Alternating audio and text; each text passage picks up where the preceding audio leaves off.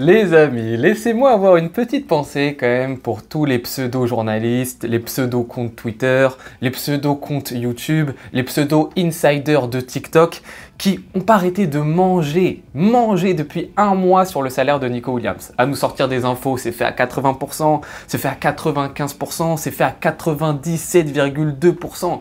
Ils ont mangé sur vos vues les amis. Et aujourd'hui, encore une fois, on n'a pas cessé de le répéter, toujours faire attention au mercato. Tant que ce n'est pas officiel, toujours être patient, toujours attendre, ne pas surfer uniquement sur le buzz.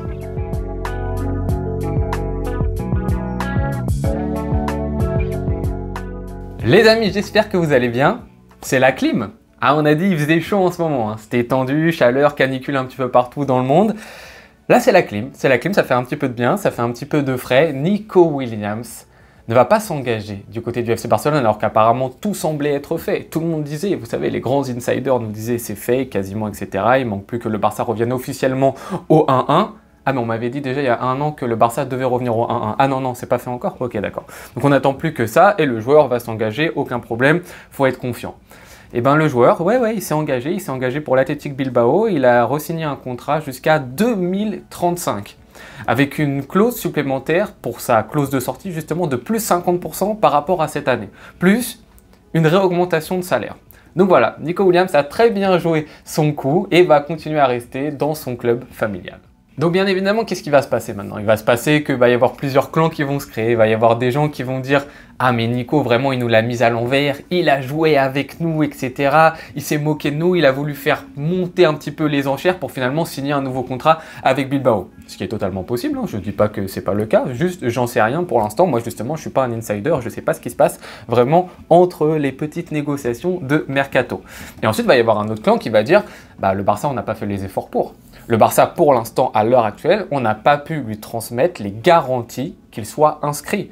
Et moi, à cette réflexion-là, je dis, quand tu es un joueur, c'est normal, entre guillemets, de ne pas vouloir ou d'avoir des réticences à signer pour un club qui ne te garantit pas le minimum, à savoir, je vais jouer au football l'année prochaine. Alors, il y en a qui me diront, oui, mais il y a plein de joueurs qui ont signé au Barça et qui n'avaient pas ces garanties-ci. Ok, et bravo à eux, très bien pour eux, et franchement, ils ont du mérite d'avoir fait ça. Mais en aucun cas, ça veut dire que si certains joueurs ont fait ce choix-ci, tous les autres joueurs à côté, ils doivent faire cet effort-ci. Le minimum que doit garantir un club de la stature du FC Barcelone, je parle bien du FC Barcelone, hein, je ne vous parle pas de Niort, là, je ne vous parle pas de l'Olympique Lyonnais qui va descendre en Division 2, je vous parle du FC Barcelone, le minimum que doit garantir un club de cette stature, c'est de garantir aux joueurs qui recrutent qu'il va jouer. C'est un minimum pour moi. Alors je comprends qu'il y a des gens qui ne soient pas d'accord avec moi. Et certains vont me dire, oui, mais bon, les joueurs, ils connaissent la situation actuelle du Barça, ils pourraient faire un effort.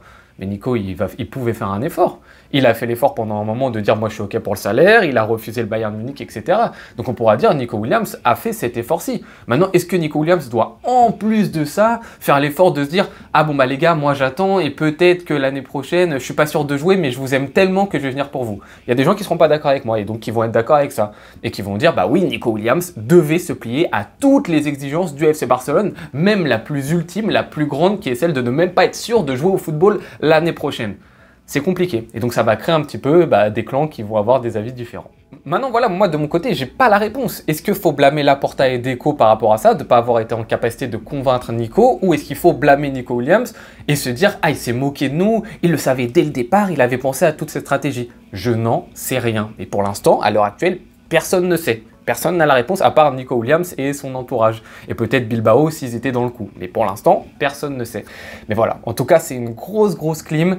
Ça fait mal parce que vraiment, encore une fois, moi, vous l'avez vu sur la vidéo analyse que j'avais faite du joueur, c'était pour moi le joueur parfait, le joueur idéal pour le FC Barcelone, cet ailier gauche, virevoltant, etc.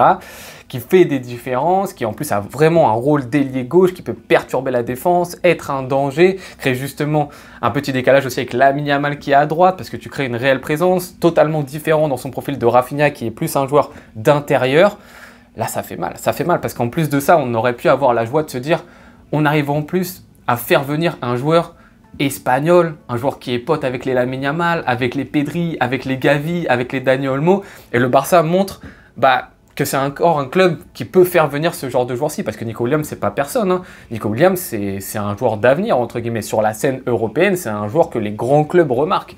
Et se dire que oui, le FC Barcelone, malgré qu'on ait des difficultés financières, on reste un club ultra attractif, et même des joueurs comme Nico Williams, ils rêvent de signer chez nous. Et là, c'est la grosse clim, parce que tout le monde était sûr, tout le monde pensait qu'à 98%, ça allait se faire ce transfert, c'était écrit, on prévoyait déjà, il y a déjà des vidéos qui sortaient en mode « Oh, regardez la formation, comment est-ce qu'on va marcher, la tactique du Barça avec Nico Williams ». Même moi, là, j'étais en train de la préparer.